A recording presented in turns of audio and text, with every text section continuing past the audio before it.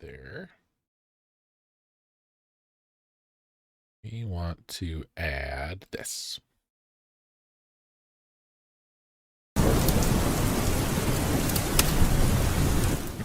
And I want to hear that.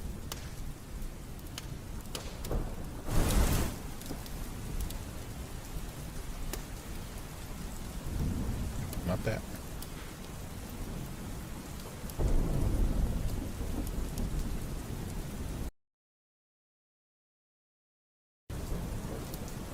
Not gonna let me hear it, is it? No. Thanks, OBS. I really do appreciate. But you don't. But you don't do the thing. Oh, there it goes. Nice when it just comes in on its own. And want a slideshow.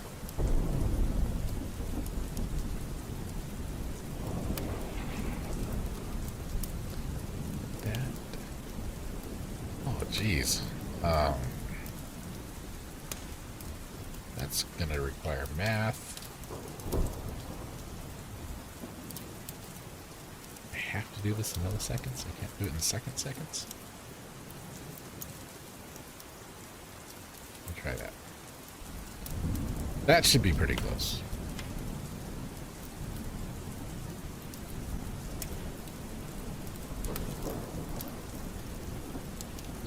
Of course, none of these are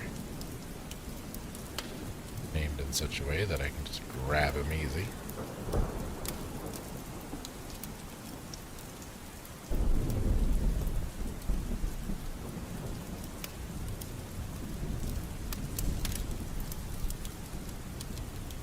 I think I like that.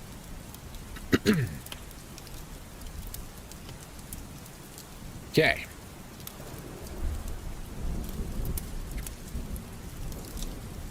I have here in front of me a note file, a notepad, a text file, which contains 6 stories. Varying lengths.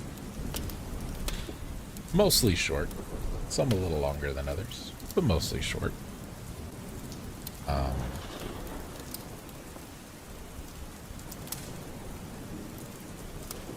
They are from my complete fiction of H.P. Lovecraft.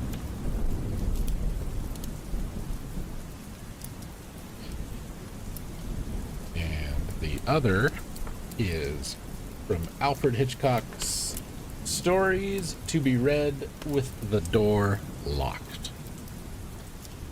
That one was selected, that collection, by a viewer. If you missed your opportunity to help decide, there it is. Well, I don't know what to tell you. One, you gotta pay more attention. Two, I need to post more. Since I'm not doing Twitter or Facebook anymore, I often forget. I have poured me a glass of Lafroig. Just getting the rest of my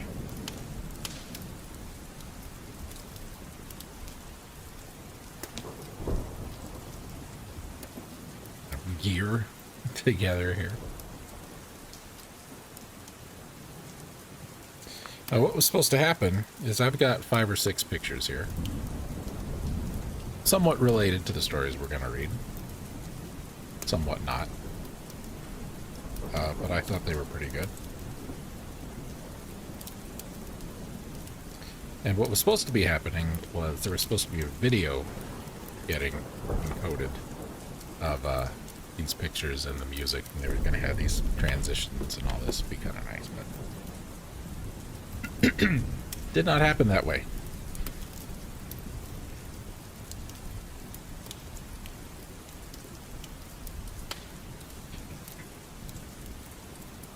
That's fine. That's how it goes.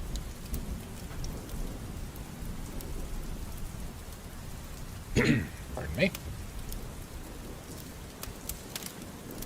I'll try and keep that to a minimum, but it's not always exactly easy.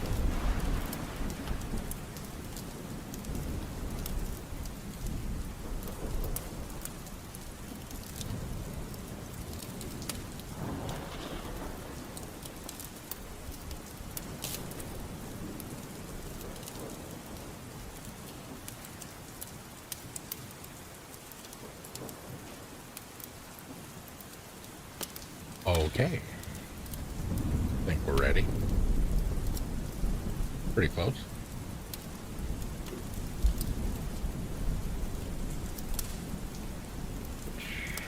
If I do that, is that going to screw anything up? I don't think so. Our first story from the complete fiction of H.P. Lovecraft.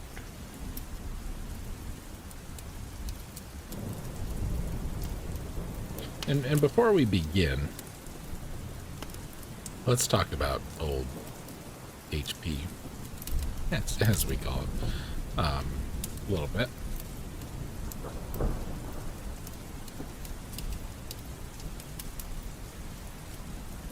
A lot of people are aware of Call of Cthulhu or the Reanimator. There's been some other movies, games made about some of his stories. And there's a pretty well-known bit of discourse, I think the polite way to say it. It goes around the internet about the name of a cat.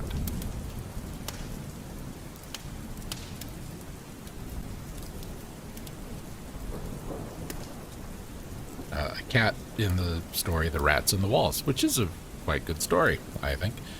We won't be reading it, just to avoid any potential scandal with name of said cat. You feel free to look that one up on your own, should you want. I will not be reading that one. As good a story as it is. But he really kind of had... Call of Cthulhu was a thing. The Dunwich Horror was a thing. Horror at Red Hook is a different thing. The Rats in the Walls is a different thing. He had kind of what I think to be three phases to his writing. One phase was the cosmic horror. That's your Call of Cthulhu's, your Mountains of Madness, your Color Out of Space.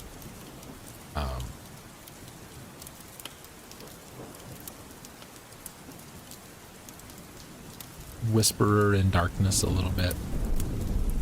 Music of Eric Zahn, that's in that little group. And then you had more of the, I would call it genealogical horror, I guess. A little more grounded in science, but also a little odd. For those, it's going to be more facts concerning Arthur German and his family, the lurking fear, the unnameable, a little bit of cool air, I think the shunned house,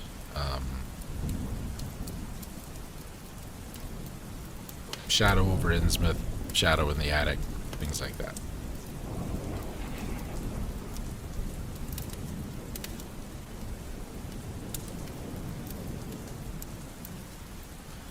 Then he also had another phase, which is like the dream phase.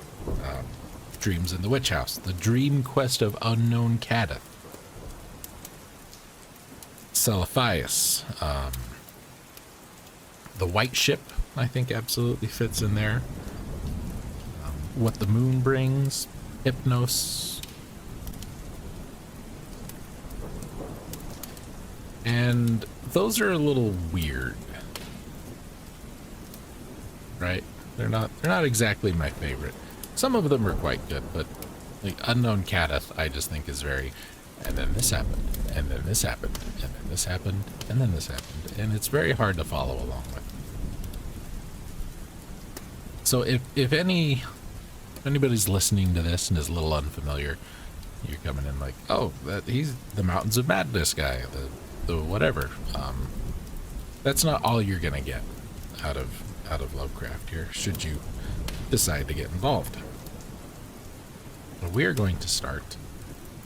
I'm not doing any terribly long Lovecraft stories. Some of them are quite long.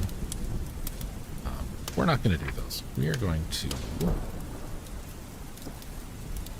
start with this one, relatively short, to get us going.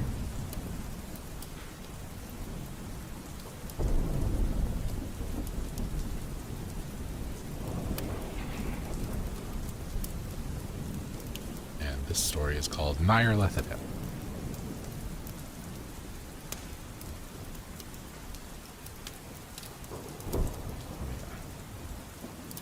Turn off the phone here.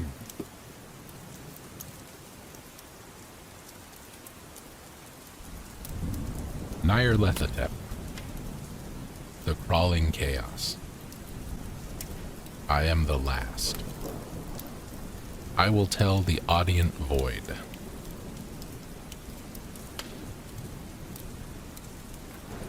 I do not recall distinctly when it began, but it was months ago. The general tension was horrible. To a season of political and social upheaval was added a strange and brooding apprehension of hideous physical danger. A danger widespread and all-embracing. Such a danger, as may be imagined, only in the most terrible phantasms of the night. I recall that the people went about with pale and worried faces, and whispered warnings and prophecies which no one dared consciously repeat or acknowledge to himself that he had heard.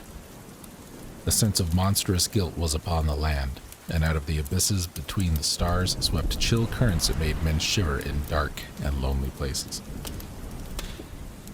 There was a demoniac alteration in the sequence of the seasons.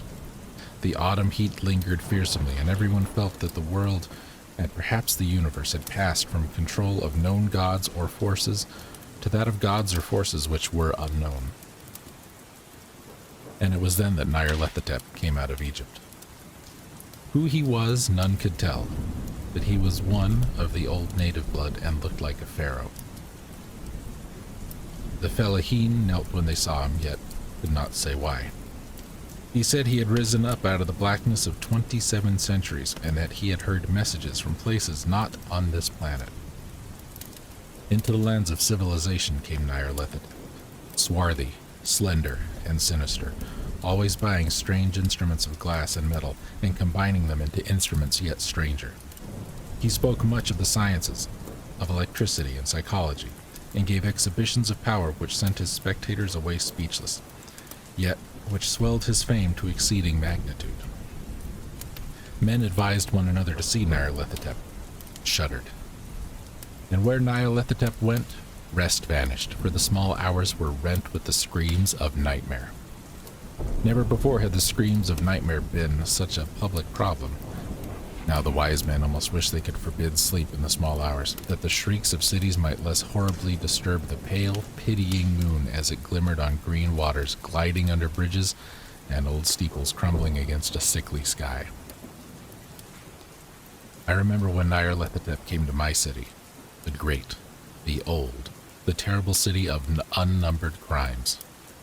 My friend had told me of him, and of the impelling fascination and allurement of his revelations, and I burned with eagerness to explore his uttermost mysteries. My friend said they were horrible and impressive beyond my most feared imaginings, though what was thrown on a screen in the darkened room prophesied things none but Nyarlathotep dared prophecy, and that in the sputter of his sparks there was taken from men that which had never been taken before, yet which shewed only in the eyes. And I heard it hinted abroad that those who knew Nyarlathotep looked on sights which others saw not. It was in the hot autumn that I went through the night with the restless crowd to see Nyarlathotep. Through the stifling night and up the endless stairs into the choking room. And shadowed on a screen, I saw hooded forms amidst ruins, and yellow, evil faces peering from behind fallen monuments, and I saw the world battling against blackness, against the waves of destruction from ultimate space, whirling, churning, struggling around the dimming, cooling sun. Then the sparks played amazingly around the heads of the spectators, and hair stood up on end whilst shadows more grotesque than I can tell came out and squatted on the heads. And when I, who was colder and more scientific than the rest, mumbled a trembling protest about imposture and static electricity, Nyarlathotep drove us all out, down the dizzy stairs into the damp, hot, deserted midnight streets. I screamed aloud that I was not afraid, that I never could be afraid, and others screamed for me with solace.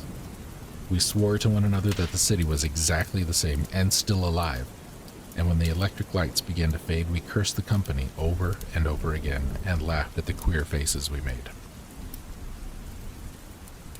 I believe we felt something coming down from the greenish moon, for when we began to depend on its light, we drifted into curious and voluntary formations and seemed to know our destinations, though we dared not think of them.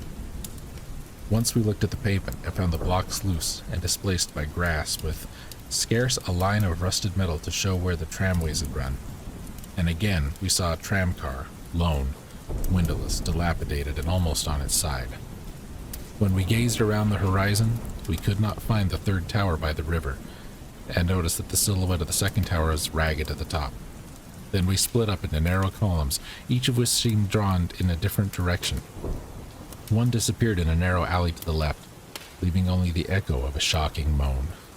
Another filed down a weed-choked subway entrance, howling with laughter that was mad. My own column was sucked toward the open country, and presently felt a chill which was not of the hot autumn, for as we stalked out into the dark moor, we beheld around us a hellish moon glitter of evil snows. Trackless, inexplicable snows swept asunder in one direction only, where lay a gulf all the blacker for its glittering walls. The column seemed very thin indeed as it plodded dreamily into the gulf. I lingered behind, for the black rift in the green-litten snow was frightful, and I thought I had heard the reverberations of a disquieting wail as my companions vanished. But my power to linger was slight. As if beckoned by those who had gone before, I half floated between the titanic snowdrifts, quivering and afraid, into the sightless vortex of the unimaginable. Seemingly sentient, dumbly delirious, only the gods that were can tell. A sickened, sensitive shadow writhing in hands that are not hands, and rolled blindly past ghastly midnights of rotting creation, corpses of dead worlds with sores that were cities, charnel winds that brush the pallid stars and make them flicker low. Beyond the worlds, vague ghosts of monstrous things, half-seen columns of unsanctified temples that rest on nameless rocks beneath space and reach up to dizzy vacua above the spheres of light and darkness. And through this revolting graveyard of the universe, the muffled, maddening beating of drums and thin, monotonous whine of blasphemous flutes from inconceivable, unlighted chambers beyond time, the detestable pounding and piping were unto dance slowly, awkwardly, absurdly, the gigantic, tenebrous, ultimate gods, the blind, voiceless, mindless gargoyles, whose soul is Nyarlathotep.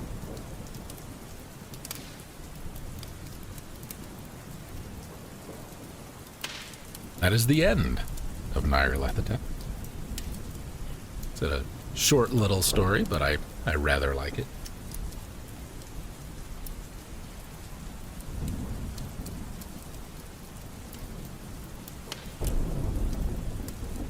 One of the things that appears a lot in Lovecraft stories is our heroes are often men of intelligence and intellect, know a thing or two about a thing or two.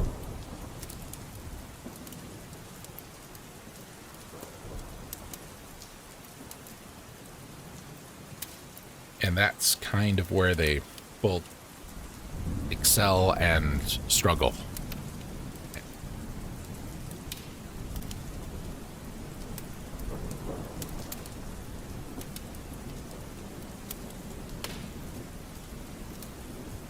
they're so convinced that what they know and believe is the truth and only the truth, they have a hard time accepting the other.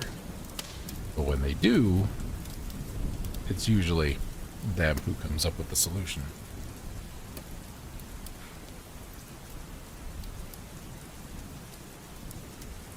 To whatever problem that is currently plaguing the land. Something like the case of Charles Dexter Ward. Very good story. I think it's a very good story.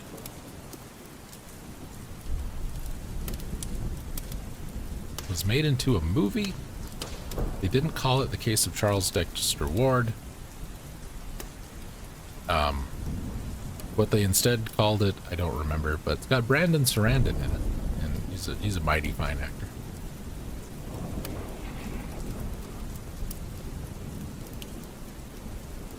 Multi-generational horror kind of a thing.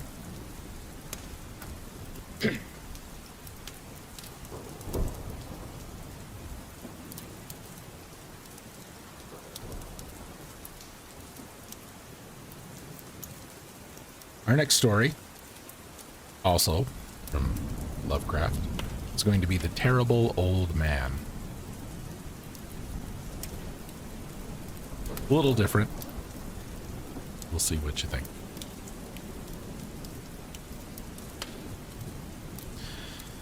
It was the design of Angelo Ricci and Joe Sesnak and Manuel Silva to call on the terrible old man. The old man dwells all alone in a very ancient house on Water Street near the sea, and is reputed to be both exceedingly rich and exceedingly feeble, which forms a situation very attractive to the men of the profession of the Messrs. Ricci, Sesnak, and Silva. For that profession was nothing less dignified than robbery. The inhabitants of Kingsport say and think many things about the terrible old man, which generally keep him safe from the attention of gentlemen like Mr. Ricci and his colleagues, despite the almost certain fact that he hides a fortune of indefinite magnitude somewhere about his musty and venerable abode. He is, in truth, a very strange person, believed to have been a captain of East India clipper ships in his day, so old that no one can remember when he was young, and so taciturn that few know his real name. Among the gnarled trees in the front yard of his aged and neglected place he maintains a strange collection of large stones, oddly grouped and painted so that they resemble the idols in some obscure Eastern temple. This collection frightens away most of the small boys who love to taunt the terrible old man about his long white hair and beard, or to break the small paned windows of his dwelling with wicked missiles. But there are other things which frighten the older and more curious folk who sometimes steal up to the house to peer in through the dusty panes. These folks say that on a table in a bare room on the ground floor are many peculiar bottles, in each a small piece of lead suspended pendulum-wise from a string, and they say that the terrible old man talks to these bottles, addressing them by names such as Jack, Scarface, Long Tom, Spanish Joe, Peters, and Mate Ellis, and that whenever he speaks to a bottle, the little lead pendulum within makes certain definite vibrations, as if in answer. Those who have watched the tall, lean, terrible old man in these peculiar conversations do not watch him again. But Angelo Ricci and Joe Sesnak and Manuel Silva were not of Kingsport blood. They were of that new and heterogeneous alien stock which lies outside the charmed circle of New England life and traditions, and they saw in the terrible old man merely a tottering, almost helpless graybeard who could not walk without the aid of his knotted cane, and whose thin, weak hands shook pitifully. They were really quite sorry in their way for the lonely, unpopular old fellow, whom everybody shunned and whom at all the dogs barked singularly. But business is business, and to a robber whose soul is in his profession, there is a lure and a challenge about a very old and very feeble old man who has no account at the bank, and who pays for his few necessities at the village store with Spanish gold and silver minted 2 centuries ago. Messrs. Ricci, Cesnak, and Silva selected the night of April 11th for their call. Mr. Ricci and Mr. Silva were to interview the poor old gentleman, whilst Mr. Cesnak waited for them and their presumable metallic burden with a covered motor car in Ship Street. By the gate in the tall rear wall of their host's grounds, desire to avoid needless explanations in case of unexpected police intrusions prompted these plans for a quiet and ostentatious departure. As prearranged, the three adventurers started out separately in order to prevent any evil-minded suspicions afterward. Messrs. Ricci and Silva met in Water Street by the old man's front gate, and although they did not like the way the moon shone down upon the painted stones through the budding branches of the gnarled trees, they had more important things to think about than mere idle superstitions. They feared it might be unpleasant work making the terrible old man loquacious concerning his hoarded gold and silver, for aged sea captains are notably stubborn and perverse.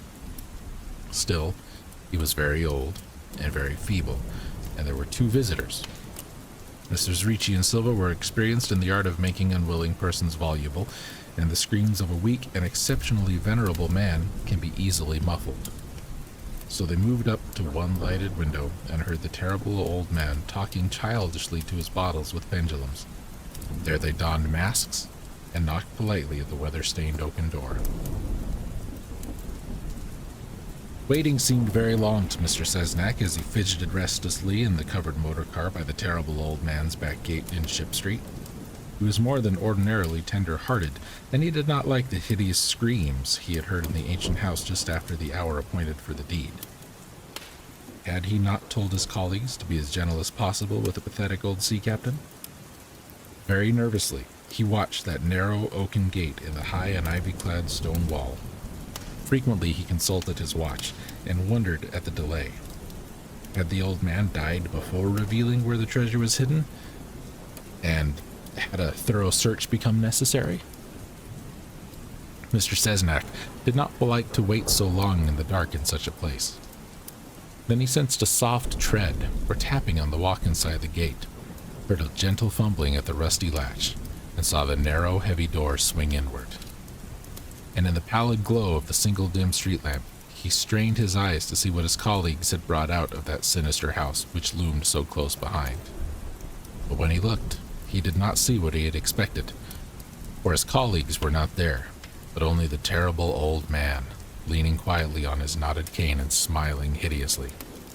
Mr. Cesnak had never before noticed the color of that man's eyes. Now he saw that they were yellow.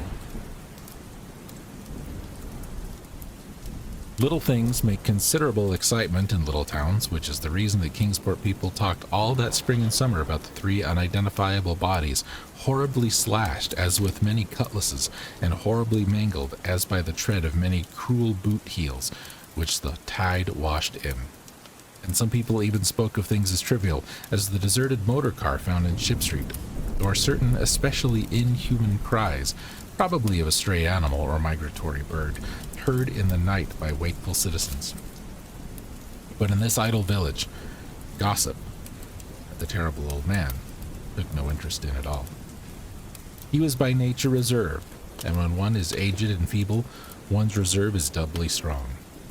Besides, so ancient a sea captain must have witnessed scores of things much more stirring in the far-off days of his unremembered youth.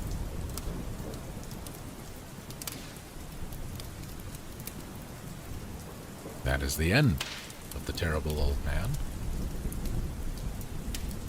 One of the things that I enjoy most about Lovecraft stories is that he doesn't tell you everything. Some people might look at that and say, well, it's a bad writer that can't describe his own monsters. Right? And I can kind of see a point to that.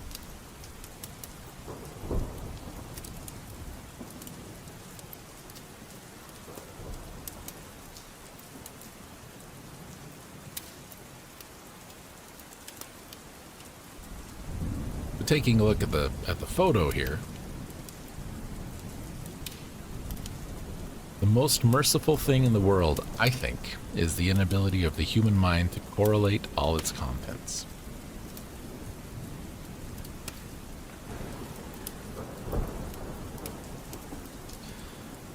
I think, while he's not a great writer, I think he had a good understanding of what the human mind was capable of in terms of filling in gaps.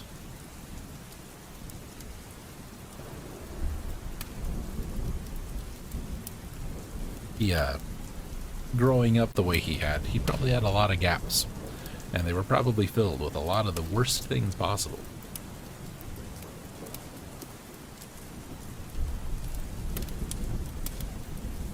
And I think he knew how to work that into his writing. Give you enough.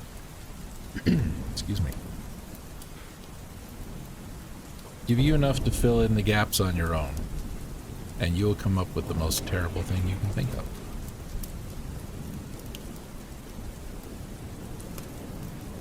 You know what scares you. You may not be aware of it, but you know what scares you. And that is what your brain will build if given the prompting to do so.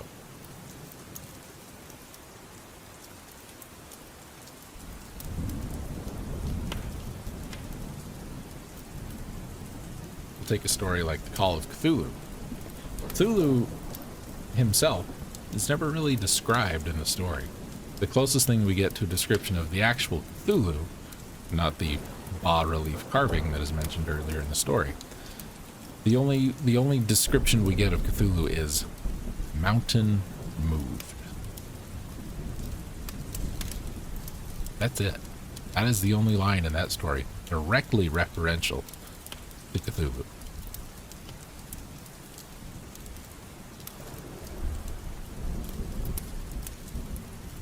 Another one to look at is the Wendigo. Algernon Blackwood's story, one of his more famous ones, like the Willows a little bit. The Wendigo is never really described in that story. When I say to you, listener, Wendigo, you'll have a couple different reactions. One might be, I don't know what the hell that is. Two might be, oh, that's that weird monster thing with the deer skull for a head. The other one might just be kind of a emaciated Gollum, Lord of the Ringsy looking kind of thing. Well, the deer head one is the furthest from what the original kind of description of the Wendigo was. The Wendigo was really just supposed to be the physical manifestation of hunger, starvation, a warning against cannibalism. The deer skull thing didn't show up until like the last 30, 40 years in a movie. And it was a bad movie. But for whatever reason, that physical description is what stuck. And I think it's a great look. I think it is absolutely perfect for just a generic North American or Scandinavian monster, like forest monster, right? It's very good. It's not Wendigo, but it's very good.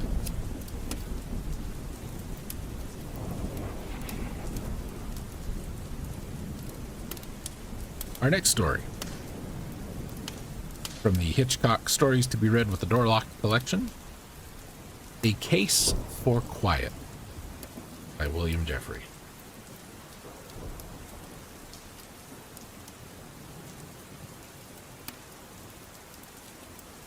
I think I want to drink before we start. Pipe is not holding up to its job. This tobacco's a little too fresh.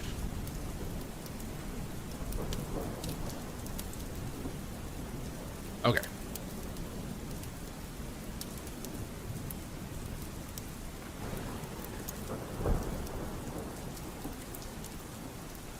A Case for Quiet by William Jeffrey. The ivy-colored King's Head Hotel sat stern and austere and yet curiously majestic on the edge of little-traveled Ilkley moors in Yorkshire in England's North Country. Constructed in the Elizabethan manner of red brick, which had faded and eroded somewhat over the 3 centuries it had been standing, it wore its perpetual garland of shredded fog like an expensive, if somewhat dowdy, fur wrap, and looked upon the bleak and barren moors with haughty aloofness.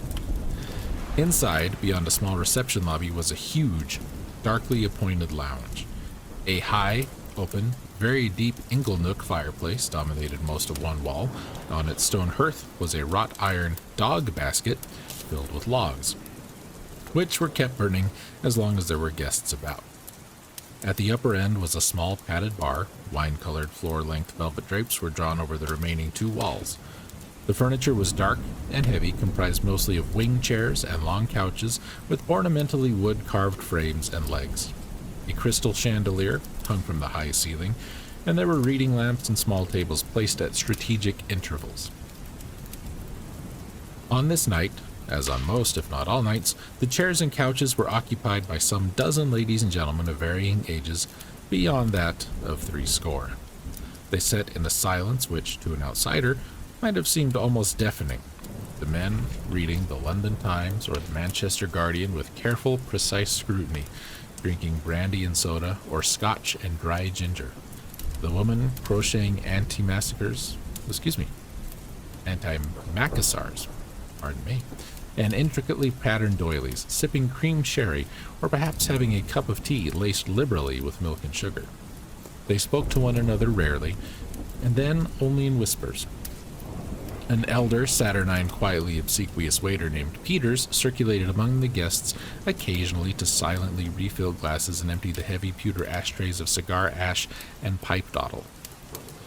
The gentle crackle of the fire in the inglenook was the only sound when the stranger made his appearance at 10:15. The stranger was a big, florid-faced man in a bulky tweed overcoat and silk muffler, wearing expensive leather driving gloves. He came into the reception lobby with a flourish, letting the thick oaken door slam behind him, and stood for a moment blowing his breath noisily through his opened mouth. Then, having spotted the bar through the archway to the left of the well-polished desk, he nodded curiously to the old Hathaway, the night clerk, and strode purposefully through the wide archway into the lounge. "Scotch on the rocks," he said loudly to Michaels, the barman, who was carefully manufacturing a brandy and soda. "Sir," Michael said, looking up startled. He was a somewhat younger archetype of Peters. "Scotch on the rocks," the stranger repeated, "and hurry it up, would you?" "Yes, sir." Michaels finished mixing the brandy and soda and placed it on the silver serving tray which Peters held waiting. Then he turned to the row of bottles and glasses on the back bar. The stranger took off his driving gloves. "Where's the nearest garage?" he demanded. "Garage, sir? These damned roads of yours have done something to the steering on my car. I can't go any farther until the mechanic checks it out." "The only mechanic hereabouts is Jerome Bosley, sir," Michaels answered softly. "He mainly repairs tractors." "Tractors?" "Yes, sir." Michaels carefully placed a civet before the stranger, and then set a crystal tumbler squarely on its center. He made certain the King's Head crest printed there and etched on the glass faced the stranger. "And a lorry now and then, but he's gone into Bridleton to visit his mum and won't be back until tomorrow evening, I'm afraid. There's no one else for 40 miles, sir." "Oh, that's fine, the stranger said with heavy sarcasm. "And what am I supposed to do in the meantime?" "I wouldn't know, sir," Michael said. He poured a generous dollop of scotch into the tumbler and stepped back. The stranger scowled. "The rocks?" he said. "Sir?" "Damn it, man, the rocks! The rocks!" The stranger pointed menacingly to his drink. "You forgot the ice! You don't expect me to drink it warm, do you?" "Oh, no, sir. Of course not, sir. Peters, would you?"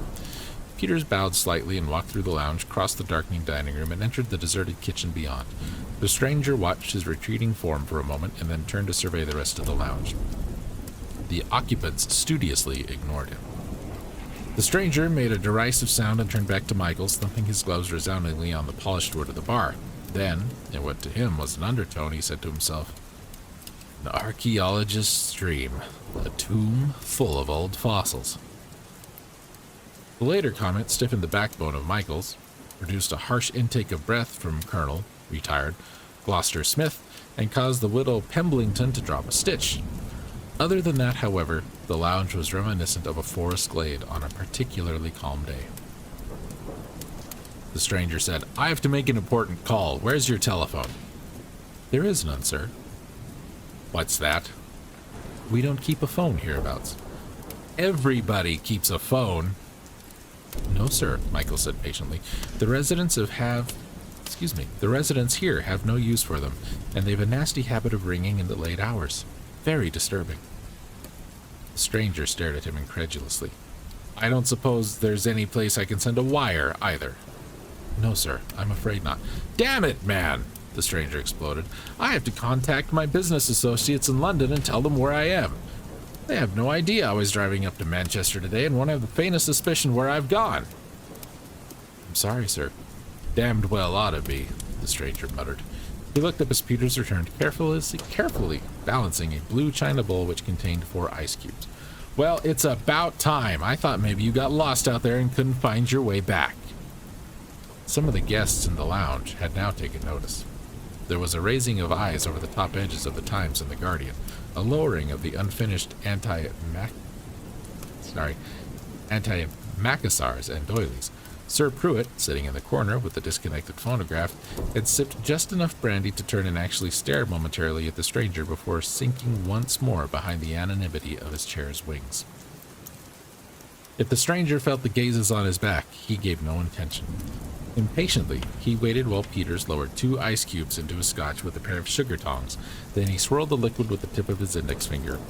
Lifting the glass, he said, "Well, here's mud in your eye," and drained the scotch in a single swallow. He smacked his lips, put the glass down, and demanded another. Michaels poured. "Have you got anything to eat around here?" the stranger asked. "The dining room is closed, sir."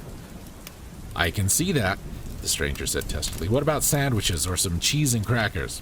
"I'm afraid not, sir." "Peanuts, then? Pretzels? Onion rings?" "I shall see, sir," Michael said. After some searching, he located a half-empty box of stale arrowroot biscuits, which he placed gently before the stranger. The stranger picked up the box, scowling fiercely, and peered inside. "What are these things?" "Biscuits, sir. We serve them at tea time occasionally." "Biscuits?" the stranger said, shaking a few out onto the bar face. "Biscuits," he repeated, and nibbled one tentatively. "Chalk, you mean," he said, making a face. "I believe they are all we have at the moment, sir." The stranger mumbled something incoherent and ate another biscuit. He chewed with a particular harsh, grating intensity, and the widow Pemblington dropped another stitch. Her companions, Miss Agatha Crenshaw, reached for her handbag and a migraine tablet. The stranger, his mouth still full of arrowroot biscuit, said, "Do you have any rooms available here? Or do I have to sleep in my car tonight?" "Oh, I'm sure we have accommodations that will suit you, sir." Well, don't tell me." The stranger turned on a stool and shouted, "Clerk! Hey, clerk!" Several of the guests started violently at the unexpected outburst, and there was a scuttling around of the reception lobby. Hathaway appeared in the archway. "Sir?" The stranger pitched him a leather case filled with keys. Hathaway failed to raise his arms in time to catch them, and they fell with a jangle to the floor. He bent over slowly, using one hand on his leg for support.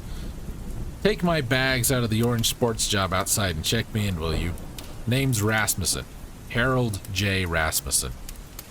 Hathaway was having difficulty regaining his upright position. "For the night only, Mr. Rasmussen?" he asked timorously. "I damned well hope so, but who knows what's wrong with my car. I could be here a week or more. Heaven forbid." He popped another biscuit into his mouth. "Listen, make that room with a bath, and there damned well better be some hot water to go along with it, too." "Yes, sir," Hathaway said. He made his exit. The stranger, Rasmussen, turned back to the bar. "Hope he doesn't have a heart attack or something carrying my bags." He seemed to think that such a prospect was uproariously funny. His laugh was sharp and loud, almost a bark. After a time, he stopped laughing, wiped his eyes, blew his nose loudly into a silk handkerchief,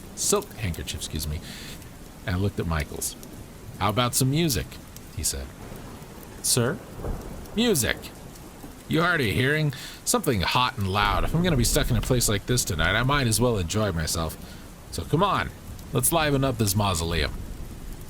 He had finally managed to collect the undivided attention of each of the guests in the lounge. His words were like a sudden chill wind through the forest glade on a calm day. A soft, almost imperceptible rustling could be heard throughout the room, the rustling of disturbed leaves. Colonel, retired Gloucester Smith, sighed softly and rose from his chair. He glanced slowly around the room, sighed again, and then crossed to the bar in a stiff military stride. He stopped beside Rasmussen and cleared his throat. The stranger looked at him coldly. "Who are you?" "Colonel Gloucester Smith, retired, at your service, and I was wondering if, you would care to join me for a drink." "What's that? You offering to buy me a drink, Corporal?" "Colonel," Gloucester Smith said, corrected, winstingly. "Yes, my good man, I am so offering. A bit of local hospitality." "It's damn decent of you, Corporal." "Indeed," Gloucester Smith said. He looked at Michaels. "Some of the vintage blend for our guest, I believe." "Very good, sir." Michaels withdrew a short amber-colored bottle from beneath the bar, removed the cork, and poured a large quantity of dark liquid over the melting ice cubes in Rasmussen's glass. "Aren't you having any, Corporal?" the stranger asked. "I am rather a confirmed brandy man myself." "Too bad," Rasmussen told him. "Nothing like a good scotch. Well, cheers, old boy." He lifted the glass, sniffed it, nodded approvingly, put back his head, and tossed off half the drink. He smacked his lips, nodded again, and finished the glass. "Not bad, Corporal. Not bad at all. It must be—" Rasmussen stopped. His eyes suddenly bulged wide and his mouth opened. A strangled sound came from his lips. His right hand flashed up to clutch his throat, then abruptly and unceremoniously he toppled over onto the carpeted floor, twitched once, and lay still. The room was very quiet. Colonel Gloucester Smith knelt beside Rasmussen and felt his wrist. Then he rose and motioned to Peter and to Michaels. The two men lifted the inert form of the stranger and carried him through the darkened dining room, through the kitchen, and out the rear door of the hotel, onto the black, fog-shrouded, untraveled moors. In the still and silent lounge, circumspect hands resumed their chores, and the only sound was the crackling of the fire in the inglenook. No one spoke until Colonel Gloucester Smith returned once again to his chair. Cecil Whitehead, on his immediate right, leaned forward. "How many does that make now, Colonel?" 11, I believe." "I do hope there won't be any more," Whitehead whispered. "I so enjoy this lovely quiet." "Quiet," Colonel Gloucester Smith whispered back, folded his copy of the London Times carefully so the newsprint would not rustle. And that is the end of A Case for Quiet by William Jeffrey. One of the more Twilight Zone-y kind of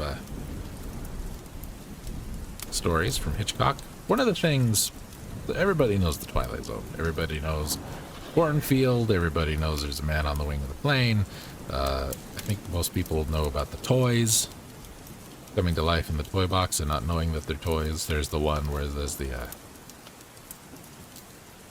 power goes out on the street and people start panicking and all of that. Hello. I enjoy the Twilight Zone, but I enjoy Alfred Hitchcock Presents a little more. I appreciate the realism in the Hitchcock stuff. Not that that story is particularly,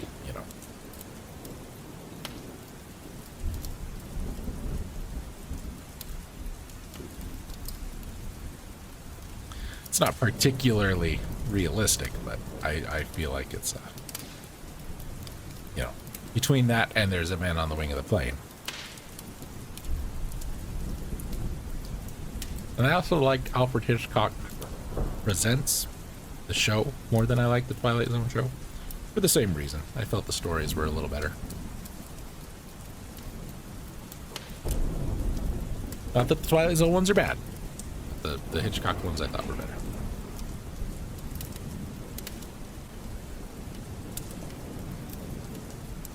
Alright, we have got 3 left. 2 more Lovecraft. And 1 from the Hitchcock book. We're going to go back to Lovecraft for a second. we'll go back to Hitchcock, and then we'll finish. We'll finish the night with the very first Lovecraft story that I ever heard / read. So we need page 281. This may be our longest story of the night. I'm going to spare you all the Latin at the beginning, because my Latin is terrible.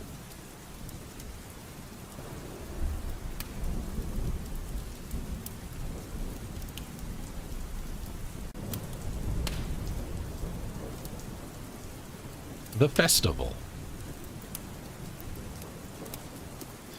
I was far from home, and the spell of the eastern sea was upon me.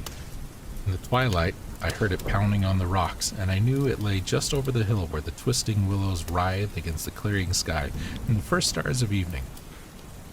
And because my fathers had called me to the old town beyond, I pushed on through the shallow new-fallen snow along the road that soared lonely up to where Aldebaran twinkled among the trees, on toward the very ancient town I had never seen, but often dreamed of. It was the Yuletide, that men call Christmas, though they know in their hearts that it is older than Bethlehem and Babylon, older than Memphis and mankind. It was the Yuletide, and I had come at last to the ancient sea town where my people had dwelt and kept festival in the elder time when festival was forbidden, where also they had commanded their sons to keep festival once every century, that the memory of primal secrets might not be forgotten. Mine were an old people, and were old even when this land was settled 300 years before. And they were strange, because they had come as dark furtive folk from opiate southern gardens of orchids, and spoke another tongue before they learnt the language of the blue-eyed fishers. And now they were scattered, and shared only the rituals of mysteries that none living could understand. I was the only one who came back that night to the old fishing town, as legend bade, for only the poor and the lonely remember. Then beyond the hill's crest I saw Kingsport, outspread frostily in the gloaming. Snowy Kingsport, with its ancient vanes and steeples, ridge poles and chimney pots, wharves and small bridges, willow trees and graveyards, endless labyrinths of steep, narrow, crooked streets, and dizzy church-crowned central peak that time durst not touch. Ceaseless mazes of colonial houses piled and scattered at all angles and levels like a child disordered blocks.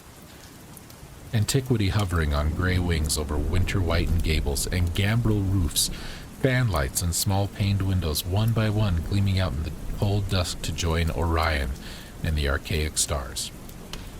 And against the rotting wharves the sea pounded, the secretive, immemorial sea out of which the people had come in the elder time. Beside the road at its crest, a still higher summit rose, bleak and windswept, and I saw that it was a burying ground where black gravestones stuck ghoulishly through the snow like decayed fingernails of gigantic corpses. The printless road was very lonely, and sometimes I thought I heard a distant, horrible creaking, as if a gibbet in the wind. They had hanged 4 kinsmen of mine for witchcraft in 1692, but I did not know just where.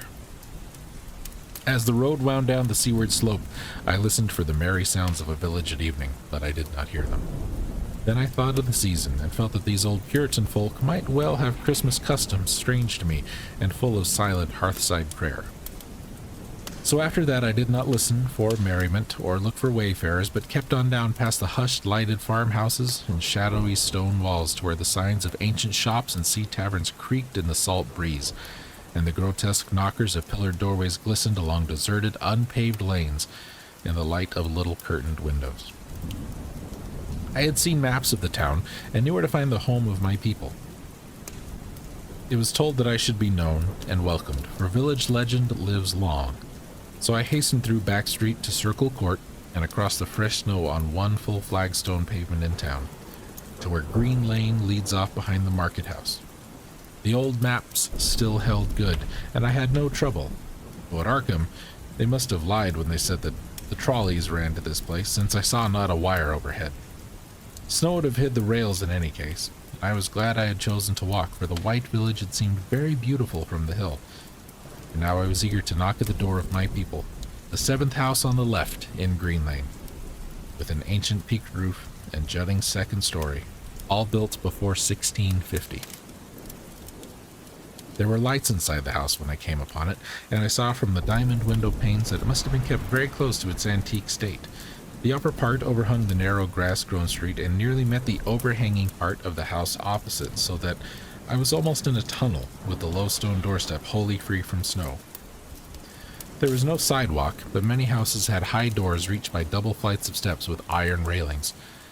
It was an odd scene, and because I was strange to New England, I had never known its like before. Though it pleased me, I would have relished it better if there had been footprints in the snow, and people in the streets, and a few windows with outdrawn curtains. When I sounded the archaic iron knocker, I was half afraid. Some fear had been gathering in me, perhaps because of the strangeness of my heritage, and the bleakness of the evening, and the queerness of the silence in that aged town of curious customs. And when my knock was answered, I was fully afraid, because I had not heard any footsteps before the door creaked open. But I was not afraid long, for the gowned, slippered old man in the doorway had a bland face that reassured me, and though he made signs that he was dumb, he wrote a quaint and ancient welcome with a stylus and wax tablet he carried. He beckoned me into a low candle-lit room with massive exposed rafters and dark, stiff, sparse furniture of the 17th century. The past was vivid there, for not an attribute was missing. There was a cavernous fireplace and a spinning wheel at which a bent old woman, in loose wrapper and deep poke bonnet, set back toward me, silently spinning despite the festive season. An indefinite dampness seemed upon the place, and I marveled that no fire should be blazing. High-backed settle faced the row of curtained windows at the left, and seemed to be occupied, though I was not sure. I did not like everything about what I saw, and felt again the fear I had had. This fear grew stronger from what had before lessened it, for the more I looked at the old man's bland face, the more its very blandness terrified me. The eyes never moved, and the skin was too like wax. Finally, I was sure it was not a face at all, but a fiendishly cunning mask, but the flabby hands, curiously gloved, wrote genially on the tablet, and told me I must wait a while before I could be led to the place of festival. Pointing to a chair, table, and pile of books, the old man now left the room, and when I sat down to read, I saw that the books were hoary and moldy, and that they included old Morrister's wild marvels of science. Well, we're going to have some Latin anyway. The terrible Saduximus Triumphatus by Joseph Glanville, published in 1681. The shocking The Monum Lateria of Remigius, printed in 1595 at Lyon, and worst of all, the unmentionable Necronomicon by the mad Arab Abdul al-Hazred, in Olaus Warmus's forbidden Latin translation, a book which I had never seen, but of which I had heard monstrous things whispered. No one spoke to me, but I could hear the creaking of signs of the wind outside, and the whir of the wheel, and the bonneted old woman continued her silent spinning. Spinning. I thought the room and the books and the people very morbid and disquieting, but because an old tradition of my father's had summoned me to strange feastings, I resolved to expect queer things. So I tried to read, and soon became tremblingly absorbed by something I found in that accursed Necronomicon. A thought and a legend too hideous for sanity or consciousness, but I disliked it when I fancied I heard the closing of one of the windows that the settle faced, as if it had been stealthily opened. It had seemed to follow a whirring that was not of the old woman's spinning wheel. This was not much, though, for the old woman was spinning very hard, and the aged clock had been striking. After that, I lost the feeling that there were persons on the settle, and was reading intently and shudderingly when the old man came back, booted and dressed in a loose antique costume, and sat down on that very bench so that I could not see him. It was certainly nervous waiting, and the blasphemous book in my hands made it doubly so. When 11 struck, however, the old man stood up, glided to a massive carved chest in the corner and got 2 hooded cloaks, one of which he donned and the other of which he draped around the old woman, who was ceasing her monotonous spinning. Then they both started for the outer door, the woman lamely creeping and the old man, after picking up the very book I had been reading, beckoning me as he drew his hood over that unmoving face or mask. We went out into the moonless and tortuous network of that incredibly ancient town. Went out as the lights in the curtained windows disappeared one by one, and the dog star leered at the throng of cowled, cloaked figures that poured silently from every doorway and formed monstrous processions up this street and that. Passing the creaking signs and antediluvian gables, the thatched roofs and diamond-paned windows, threading precipitous lanes where decaying houses overlapped and crumbled together, gliding across open courts and churchyards where the bobbing lanthorns made eldritch, drunken constellations.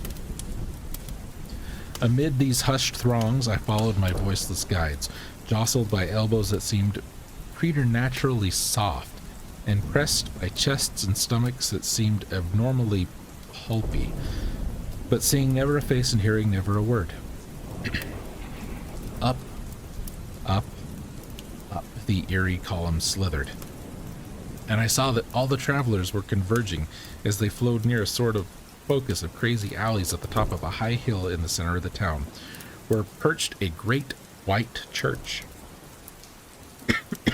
Pardon me.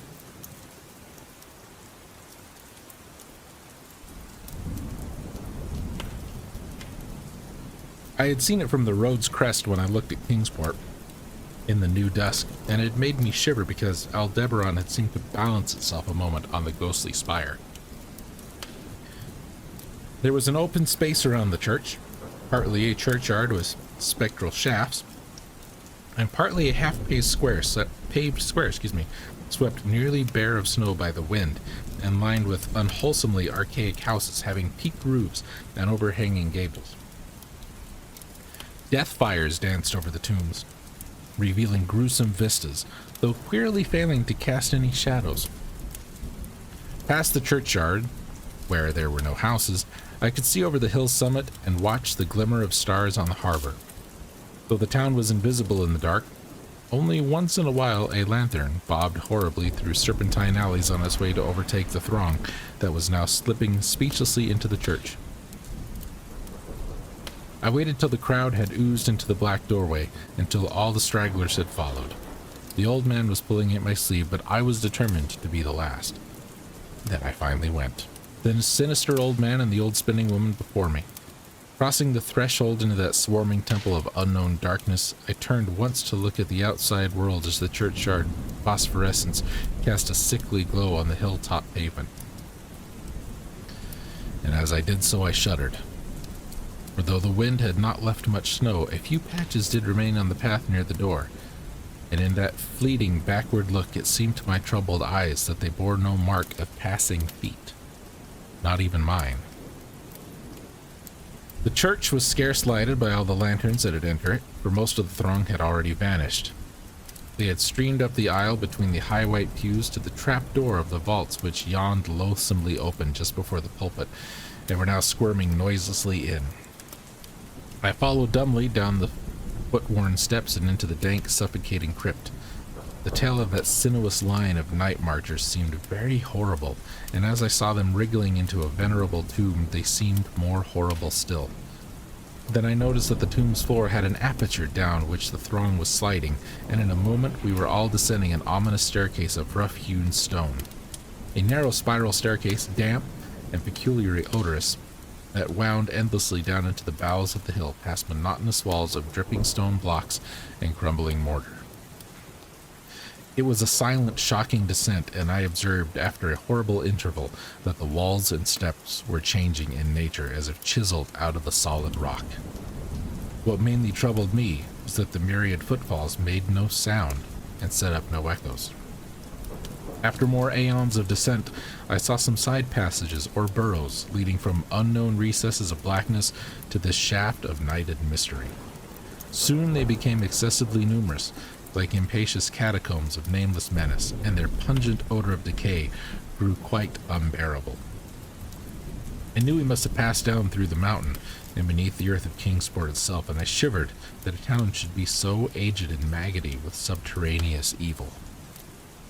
Then I saw the lurid shimmering of the pale light and heard the insidious lapping of sunless waters, and again I shivered, for I did not like the things that the night had brought, and wished bitterly that no forefather had summoned me to this primal rite. As the steps in the passage grew broader, I heard another sound, the thin, whining mockery of a feeble flute, and suddenly there spread out before me the boundless vista of an inner world, a vast fungus shore lit by a belching column of sick greenish flame, and washed by a wide, oily river that flowed from abysses frightful and unsuspected to join the blackest gulfs of the immemorial ocean. Fainting and gasping, I looked at that unhallowed Erebus of Titan toadstools, leprous fire, and slimy water, and saw the cloaked throngs forming a semicircle around the blazing pillar. It was the Yule rite, older than man and fated to survive him. The primal rite of the solstice and of spring's promise beyond the snows.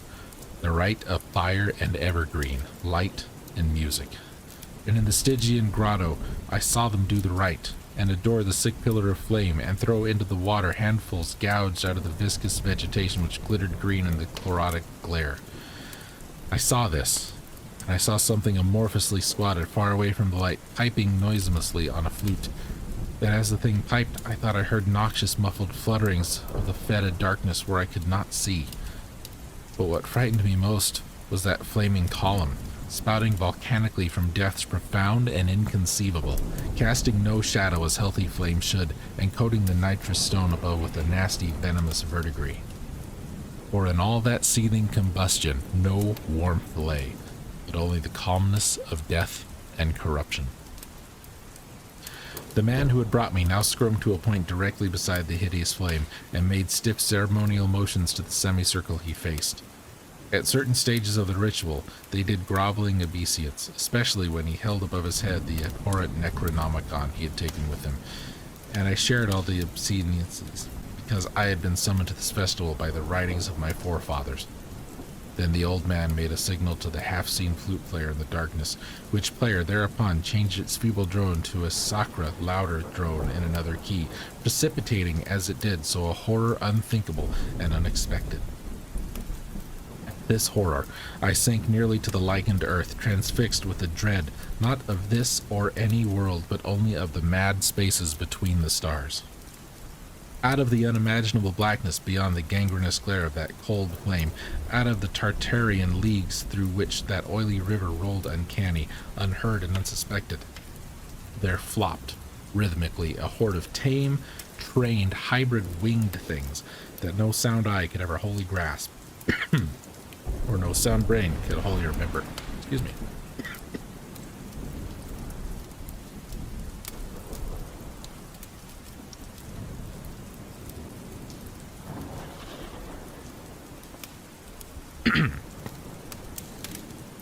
They were not altogether crows, nor moles, nor buzzards, nor ants, nor vampire bats, nor decomposed human beings, but something I cannot and must not recall. They flopped limply along, half of their webbed feet and half with their membranous wings as they reached the throng of celebrants. The cowled figures seized and mounted them and rode off one by one along the reaches of that unlighted river into pits and galleries of panic where poison springs fed frightful and undiscoverable cataracts. The old spinning woman had gone with the throng, and the old man remained only because I had refused when he motioned to me and seized an animal and ride like the rest. I saw when I staggered to my feet that the amorphous flute player had rolled out of sight, that the two of the beasts were patiently standing by.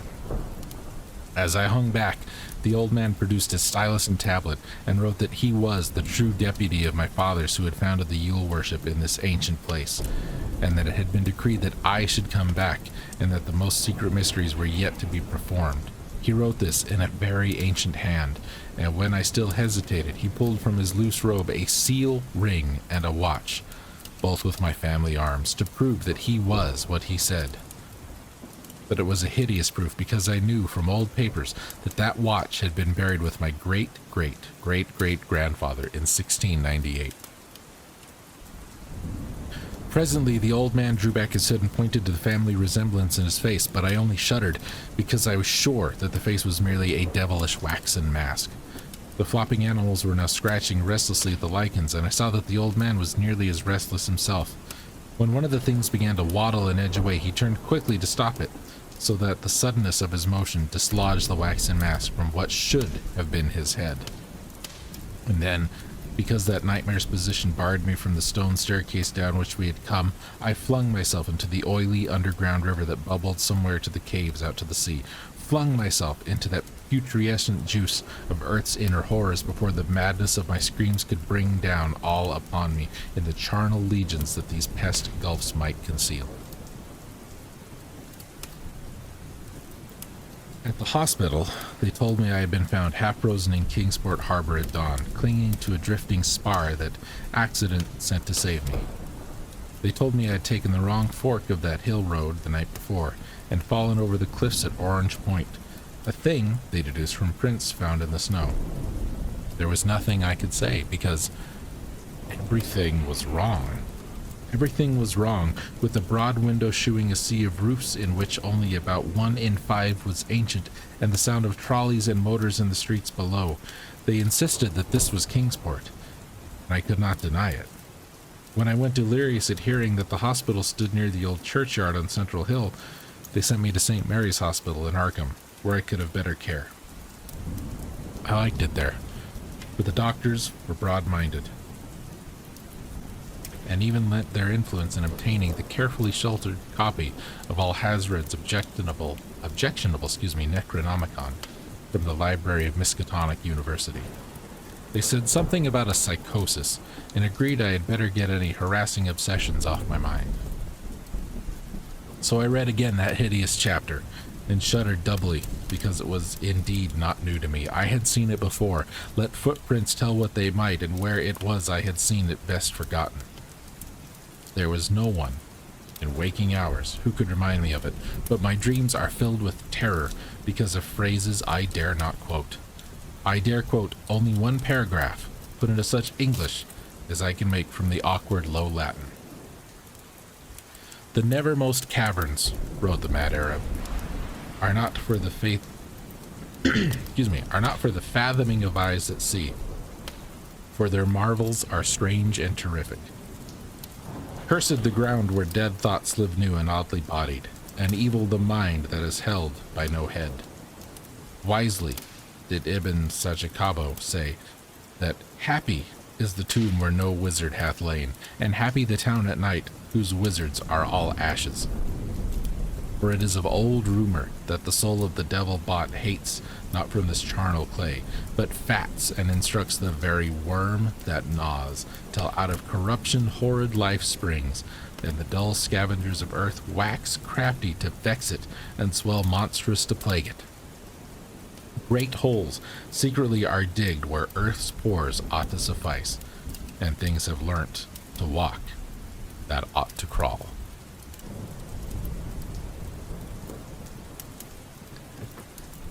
That is the end of the festival. I picked that one for a couple of reasons. I like that story.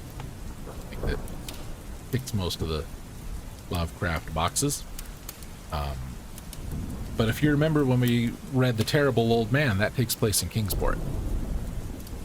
Festival takes place in Kingsport.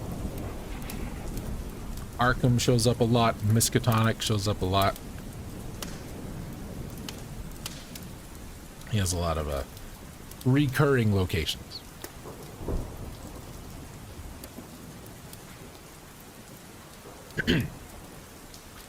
Our next story, going back to Alfred Hitchcock's stories to be read with the door locked. Subtitle: Murder and suspense that will chill, excite, or even occasionally amuse. Murder can be amusing. There's actually a Roald Dahl story in this collection. We're not going to be reading it. Instead, we are going to go with Harlan Ellison I think, a very good writer and a very angry man in his time, and I think probably rightly so.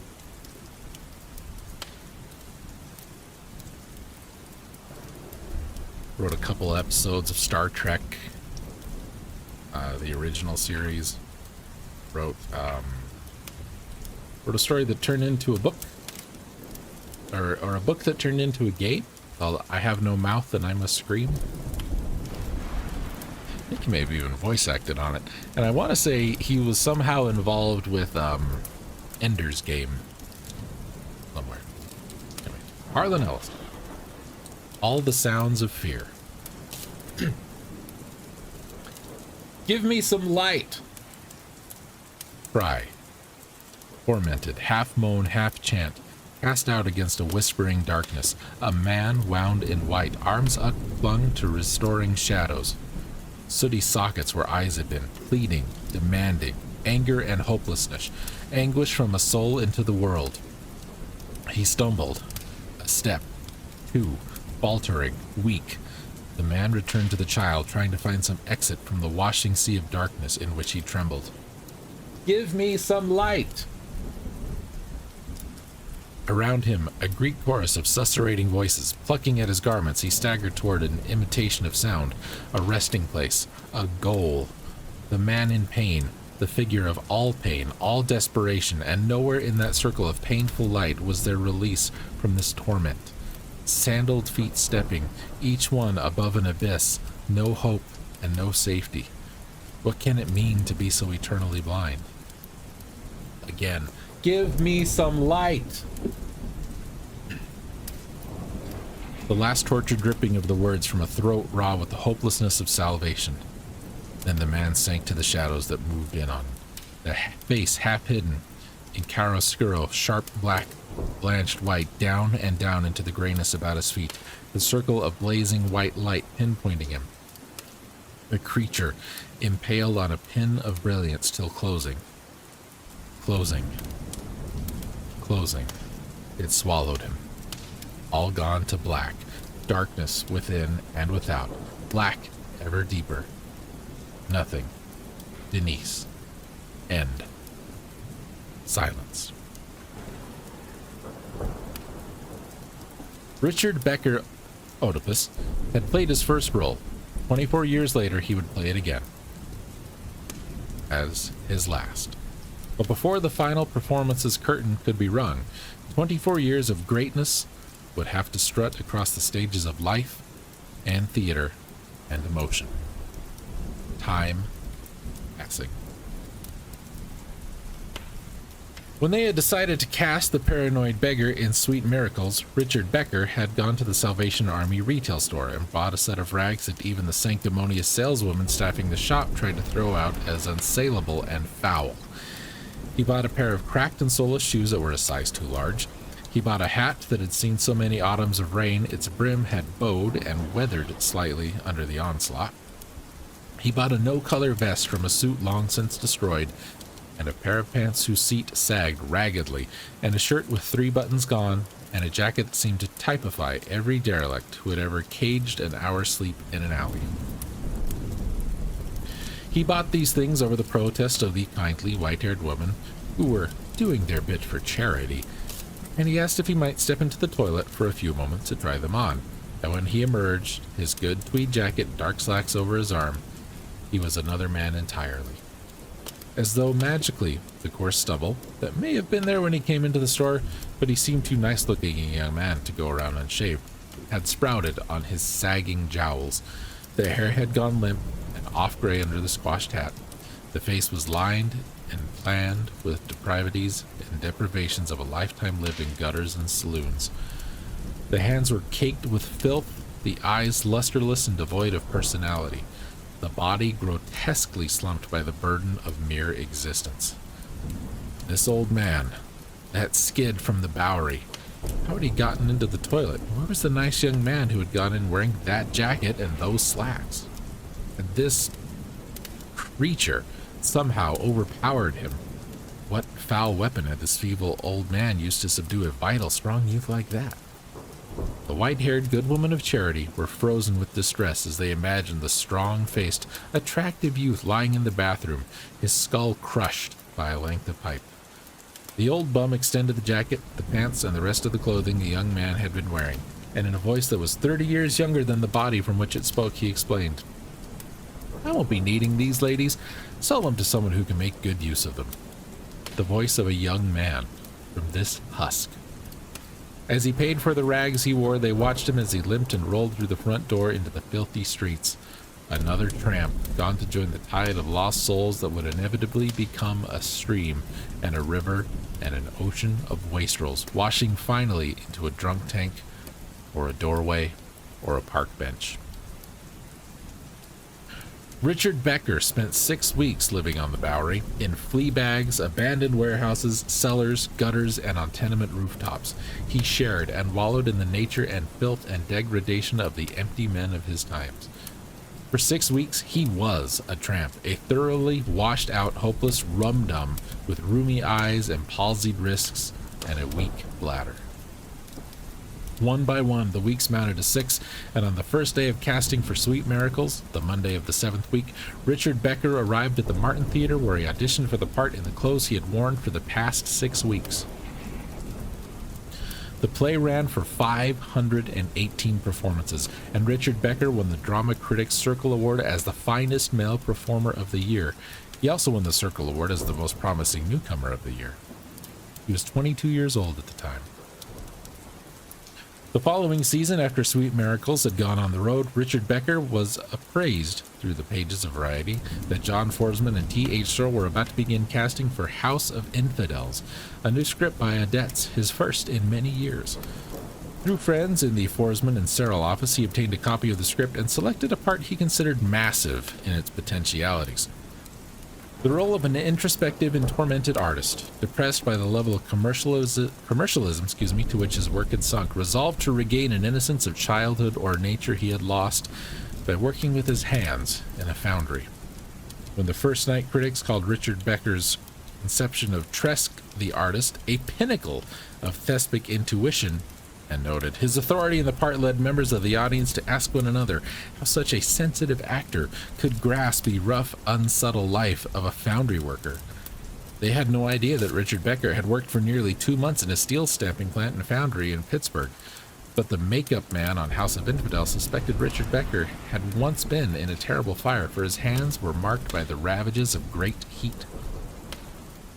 After 2 successes, 2 conquests of Broadway, 2 characterizations that were immediately ranked with the most brilliant Schubert Alley had ever witnessed, Richard Becker's reputation began to build a legend. The man who is the method, they called him, in perceptive articles and interviews. Lee Strasberg of the Actors Studio, when questioned, remarked that Becker had never been a student, but had the occasion arisen, he might well have paid him to attend. In any event, Richard Becker's command of the Stanislavski theory of total immersion in the part became a working example of the validity of the concept. No mere scratcher or stammerer, Richard Becker was the man he pretended to be on a stage.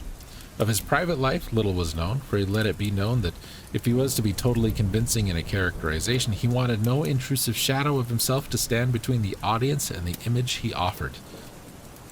Hollywood's offers of stardom were refused, or as Theater Arts commented in a brief feature on Richard Becker, the gestalt that Becker projects across the row of floodlights would be dimmed and turned two-dimensional on the Hollywood screen. Becker's art is an ultimate distillation of truth and metamorphosis that requires the reality of stage production to retain its purity. It might even be noted that Richard Becker acts in 4 dimensions, as opposed to merely craftsman-like 3 of his contemporaries. Surely no one could truly argue with the fact that watching a Becker performance is almost a religious experience. We can only congratulate Richard Becker on his perceptiveness in turning down his studio bids. The years of building a backlog of definite parts, effectively ruining them for other actors who were condemned to play them after Becker had said all there was to say, passed, as Richard Becker became, in turn, a Hamlet that cast new lights on the Freudian implications of Shakespeare, a fiery Southern segregationist whose wife reveals his Pardon me. Doing a lot of talking.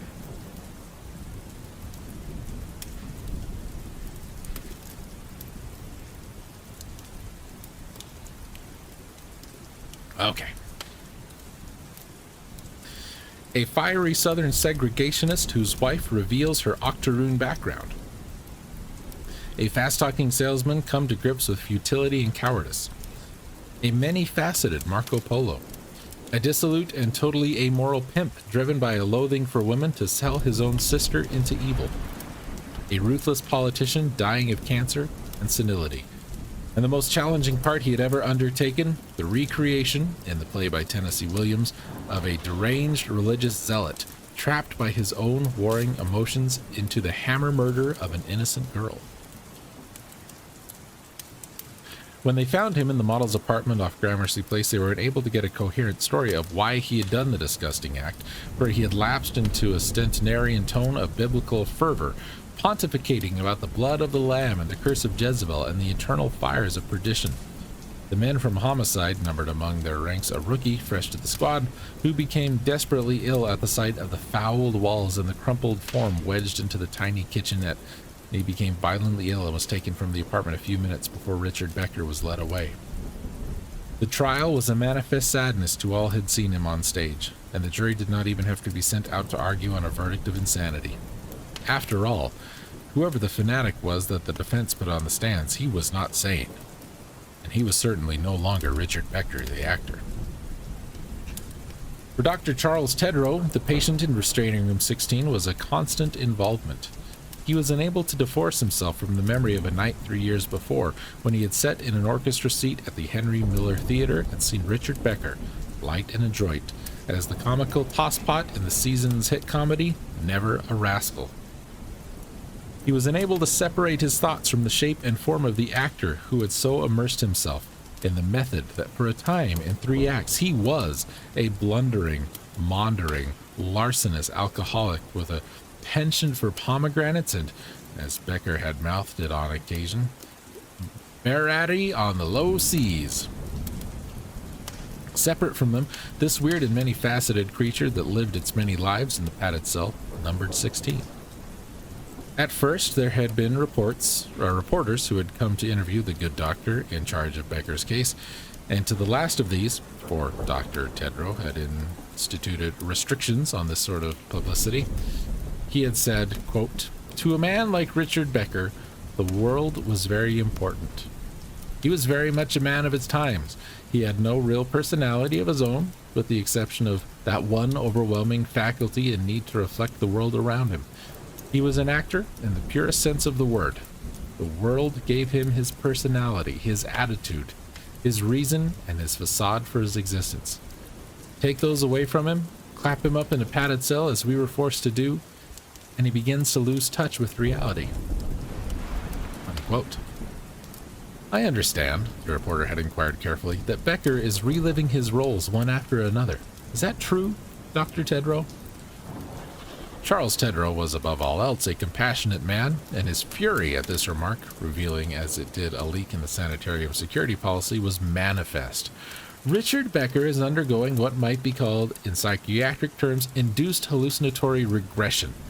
In his search for some reality, there in that room, he has fastened on the method of assuming characters' moods he has played on stage. From what I've been able to piece together from reviews of his shows, he is going back from the most recent to the next, and so on." The reporter had asked more questions, more superficial and phantasmagoric assumptions, until Dr. Charles Tedrow had concluded the interview forcibly. But even now, as he sat across from Richard Becker in the quiet office, he knew that almost nothing the reporter had conceived could reveal what Becker had done to himself. "Tell me, Doctor," the florid, bombastic traveling salesman, who was Richard Becker, asked, "what the hell's new down the line?" "It's really very quiet these days, Ted," the physician replied. Becker had been this way for about 2 months now, submerged in the part of Ted Roget, the loudmouth, philandering protagonist of Chayefsky's The Wanderer. For 6 months before that, he'd been Marco Polo, and before that, the nervous, slack-jawed, and incestuous son of The Glass of Sadness. Hell, I remember one little chippy oh, where was it? Oh yeah, hell yes, it was KC. Good old KC. Man, she was a goodie. Ever been to KC, Doc? I was a drummer in nylons when I worked KC. Jesus, let me tell you. It was difficult to believe the man who sat on the other side of the table was an actor. He looked the part. He spoke the part. He was Ted Roget, and Dr. Tedrow could catch himself from time to time contemplating the release of this total stranger who had wandered into Richard Becker's cell.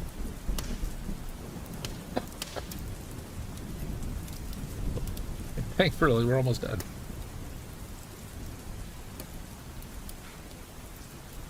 Good timing on the slideshow for this one. He sat and listened to the story of the flame-hipped harlot in Kansas City that Ted Roget had picked up at an Armenian restaurant and seduced with promises of nylons.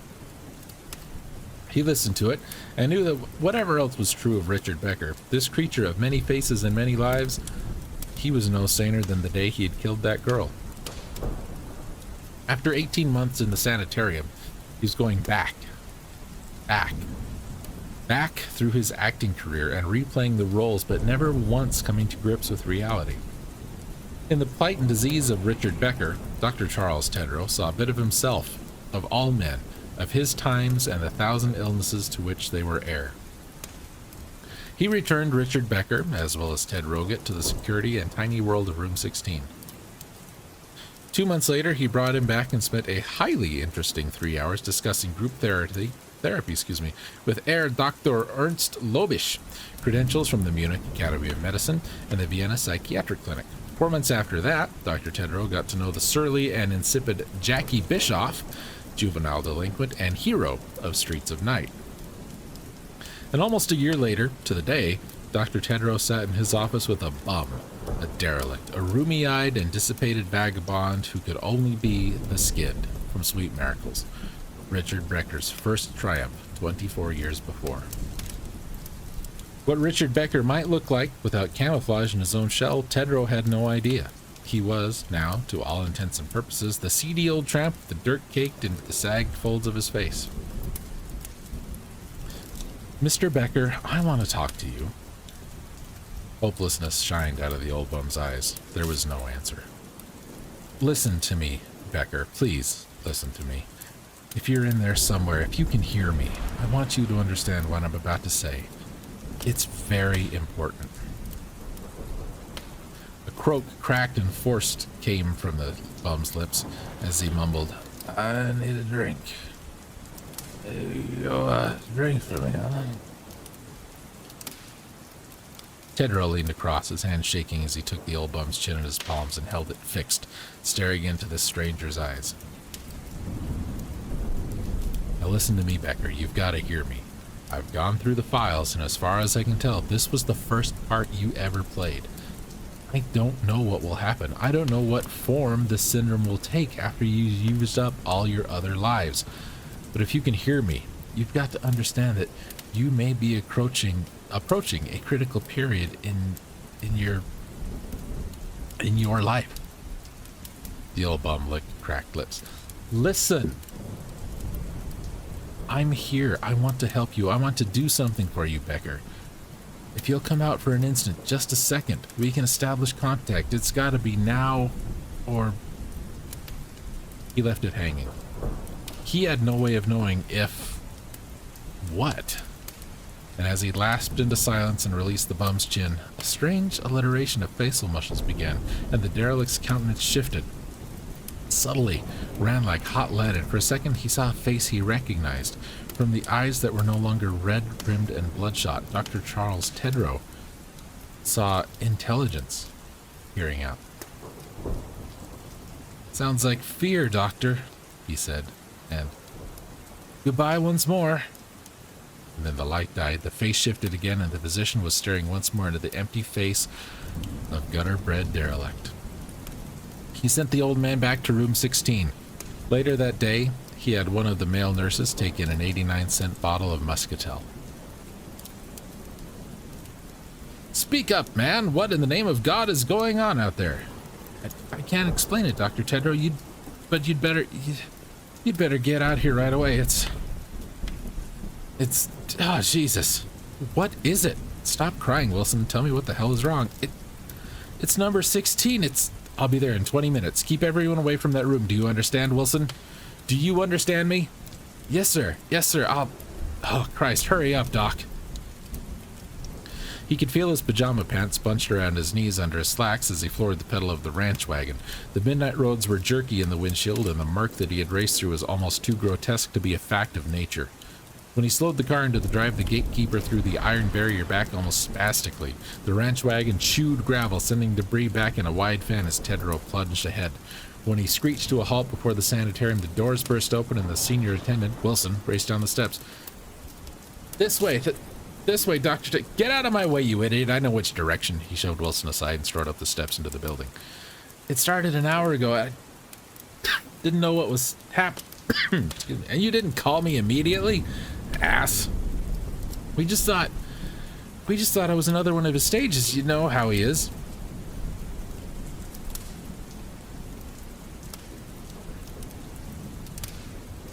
Sorry. Tedrow snorted in disgust and threw off his top coat as he made his way rapidly down the corridor to the section of the sanitarium that housed the restraining rooms. As they came into the annex through the heavy glass portal door, he heard the scream for the first time.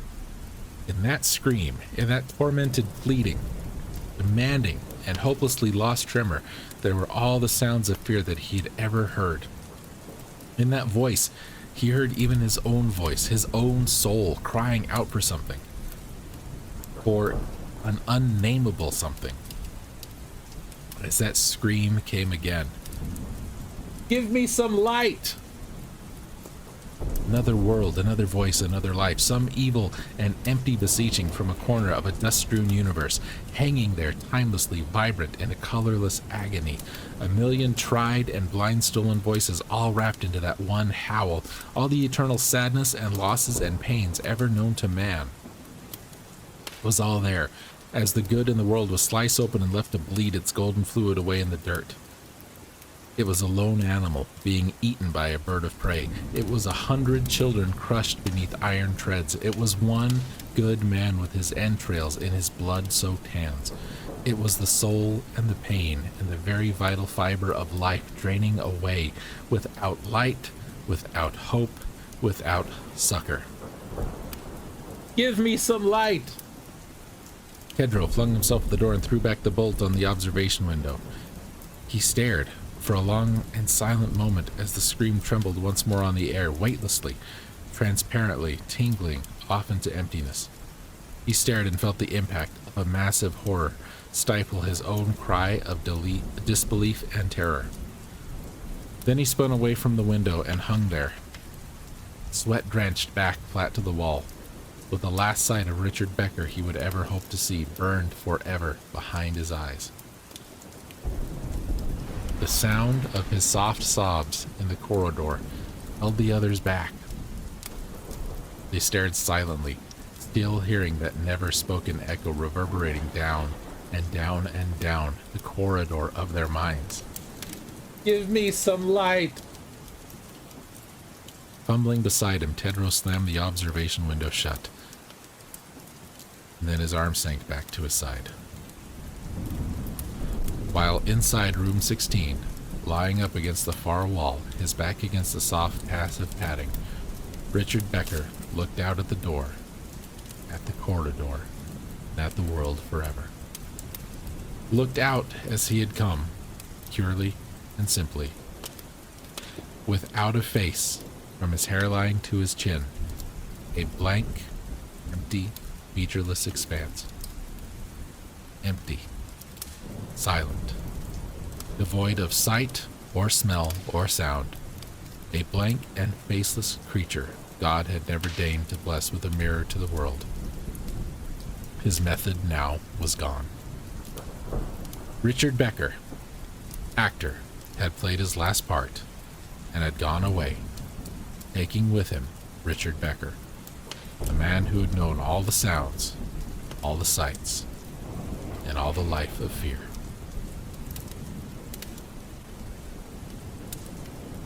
That is the end of All the Sounds of Fear by Harlan Ellison. one I'd never read before. I really liked that. I like Harlan Ellison's writing quite a bit. He was almost too much for the time when he really should have like peaked.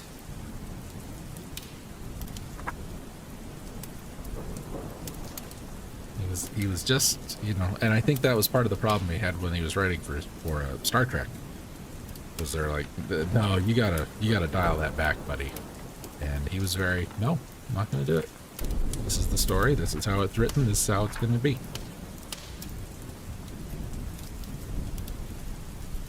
I appreciate that in him sticking to his guns like that.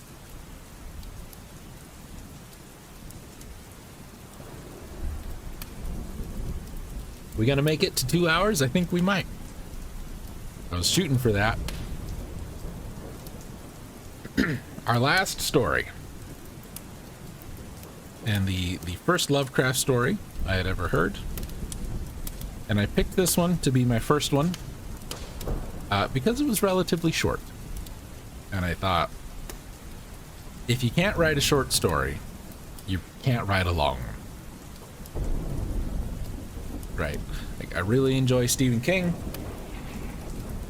I think he's written more short stories that are good than his longer ones. Sometimes the long ones, they get to be too long. The Stand is a very long book, but it's a very good book. It is a very long book. It's a very good book. I just finished Under the Dome not too long ago.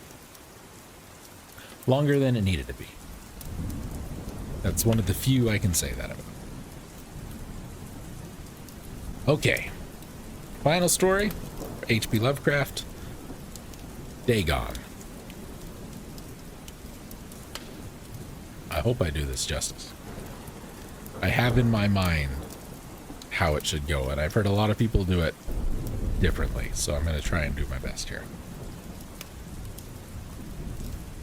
I am writing this under an appreciable mental strain, since by tonight I shall be no more. Penniless, and at the end of my supply of the drug, which alone makes life endurable, I can bear the torture no longer, and shall cast myself from this garret window into the squalid street below. Do not think that my slavery to morphine, that I am a weakling, or a degenerate.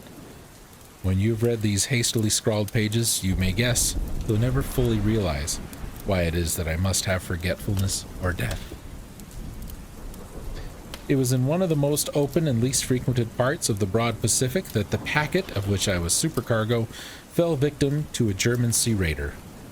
The Great War was then at its very beginning, and the ocean forces of the Hun had not completely sunk to their later degradation, so that our vessel was made a legitimate prize, whilst we of her crew were treated with all the fairness and consideration due to us as naval prisoners.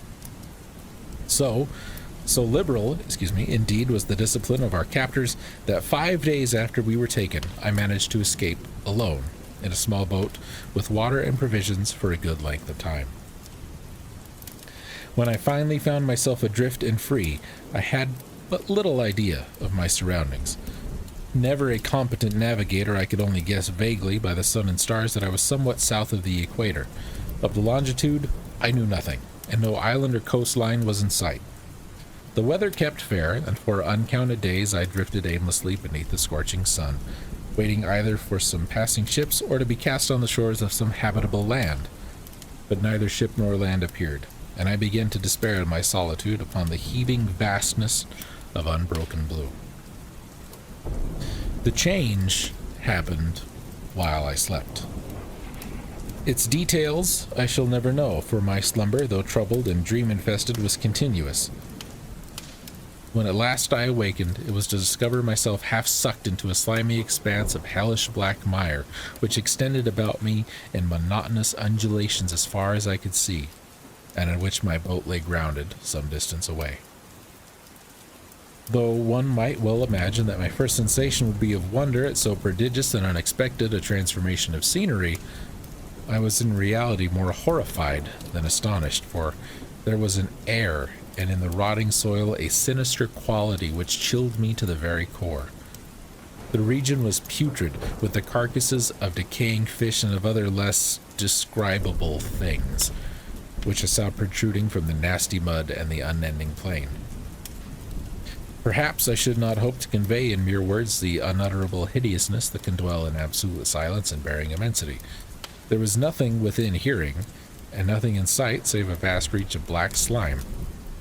Yet the very completeness of the stillness and the homogeneity of the landscape oppressed me with a nauseating fear. The sun was blazing down from a sky which seemed to me almost black in its cloudless cruelty, as though reflecting the inky marsh beneath my feet. As I crawled into the stranded boat, I realized that only one theory could explain my position.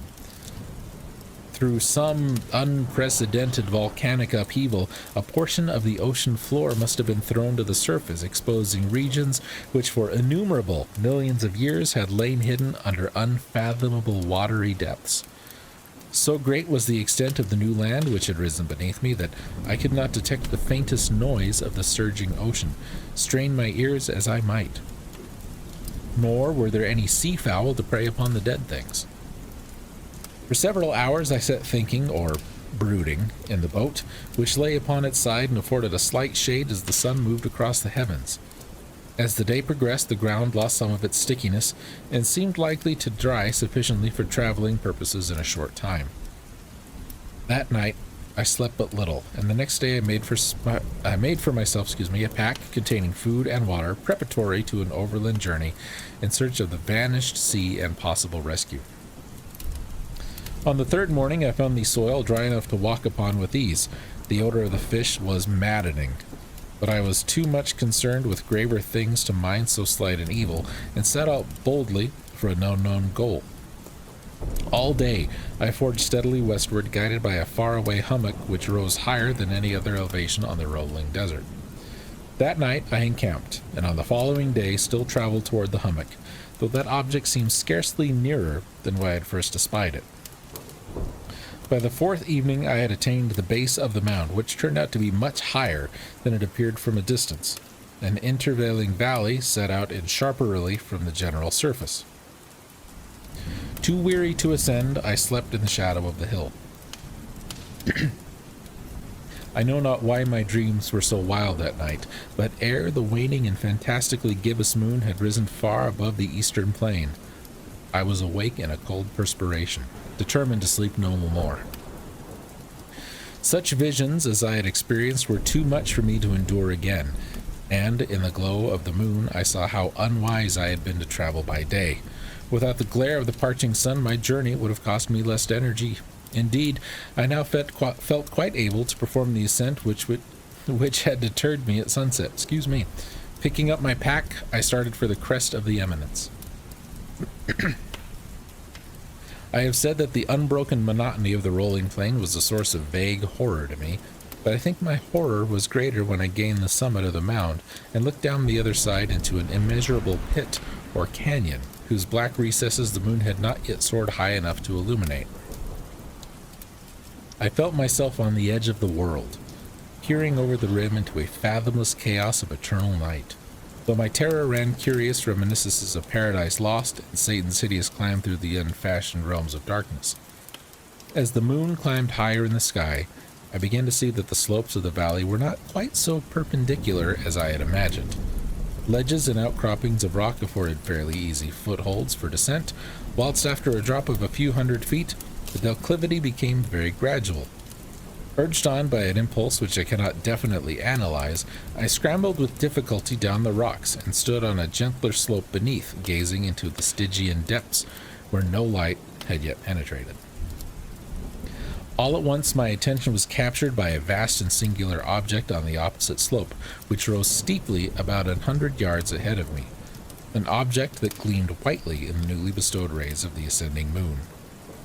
That it was merely a gigantic piece of stone, I soon assured myself, but I was conscious of a distinct impression that its contour and position were not altogether the work of nature. A closer scrutiny filled me with sensations I cannot express, for despite its enormous magnitude and its position in an abyss which had yawned at the bottom of the sea since the world was young, I perceived beyond a doubt that the strange object was a well-shaped monolith whose massive bulk had known the workmanship and perhaps the worship of living and thinking creatures.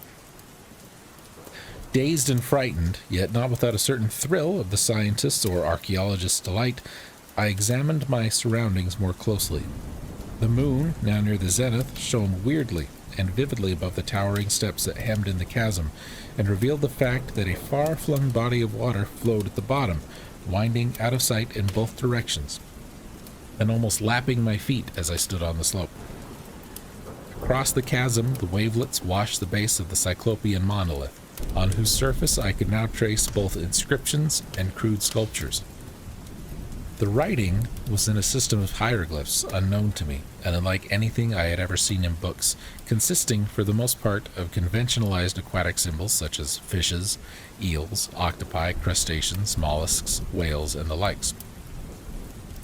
Several characters obviously represented marine things which are unknown to the modern world, but whose decomposing forms I had observed on the ocean-risen plain. It was the pictorial carving, however, that did most to hold me spellbound. Plainly visible across the intervening water on account of the enormous size were an array of bas-reliefs whose subjects would have excited the envy of a Doré. I think that these things were supposed to depict men, at least a certain sort of men, though the creatures were shown disporting like fishes in the waters of some marine grotto, or paying homage at some monolithic shrine which appeared to be under the waves as well. Of their faces and forms, I dare not speak in detail, for the mere remembrance makes me grow faint. Grotesque beyond the imagination of a Poe or a Bulwer, they were damnably human in general outline. Despite webbed hands and feet, shockingly wide and flabby lips, glassy bulging eyes, and other features less pleasant to recall. Excuse me. Jeez.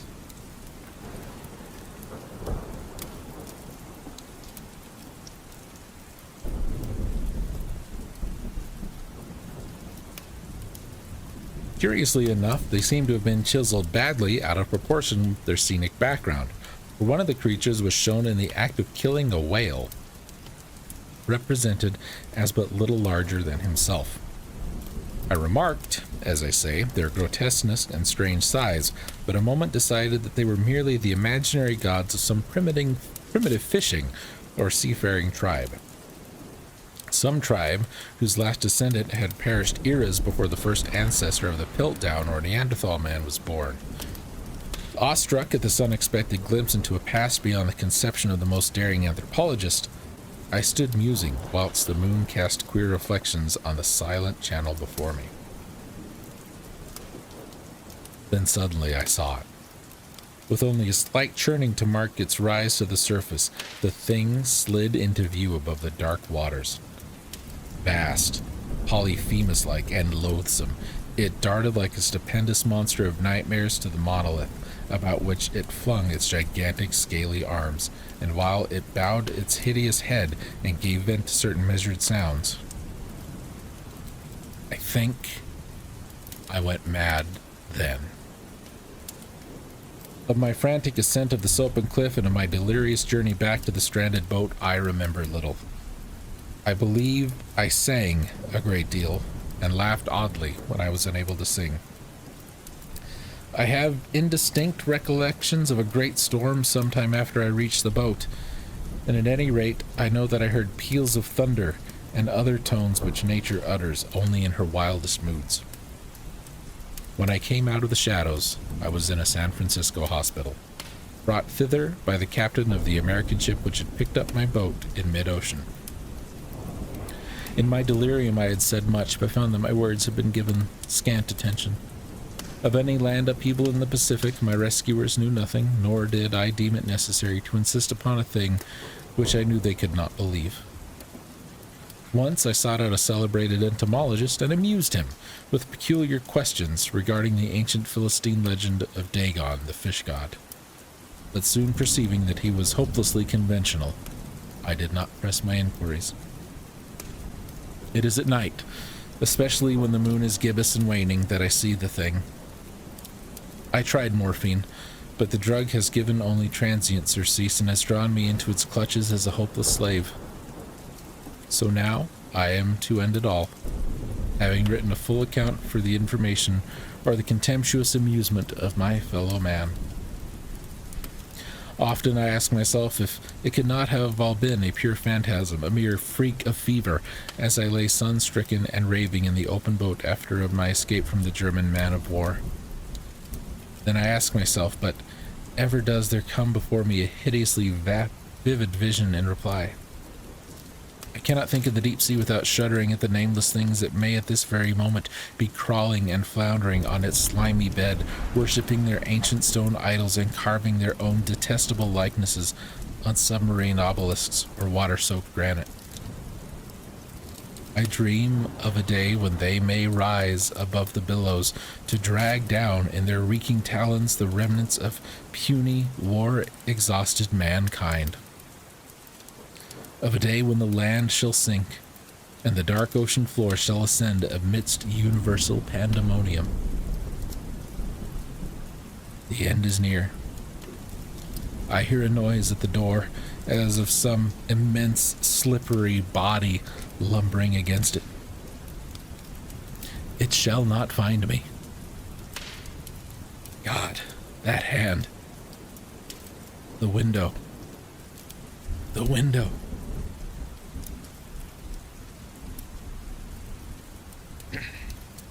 And that is the end of Dagon.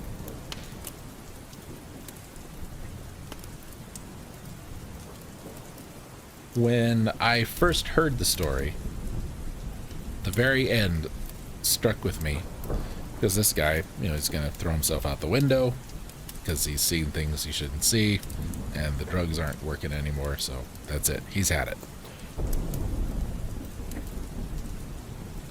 And in my mind, the thing that's there's something at the door, like trying to get in to get him. But I think the big thing that he saw come out of the water at the monolith, I think that's outside. And I think that's like looking in through the window at him. Other versions of the story I've heard is it's like, oh God, there's something at the door. I gotta go jump out the window like right now. Which, in my mind, means he does it, and then,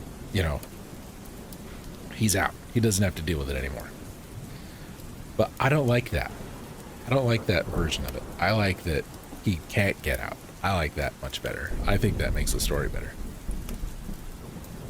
Don't know if that's what old Howard intended, but my read of the story is that. It could even just be the same big thing, you know what I mean? If it's that big, it could like have a hand in the hallway pushing on the door while it stands out the window looking in, like King Kong style. We're never really told. This is another thing. Like, what do we know about the big thing? We know it's big. We don't know for sure how big. We don't know. It's not supposed to be Cthulhu there in the picture. I've seen artists' representations where it's been a big thing and it's got legs and all that. I've seen others where it's more serpentine, more snake or eel-like. I like that one more. I think that makes more sense. So I could see it like got its tail like curled up under it and it's risen up like a cobra almost. But it's got arms, so it's like looking in, I like that. A weird guy. Anyway, thank you all for joining me for story time this year. Hope you enjoyed it. I haven't done like 2 hours straight talking in a long time. When I do videos or streams or anything else, we at least get a break. Not tonight. It's gonna be rough tomorrow. Well, I'm gonna track me down some food. I hope you all have a good one. Hope you have a good Halloween. We will be back next week for our regularly scheduled programming, I guess. Y'all take care.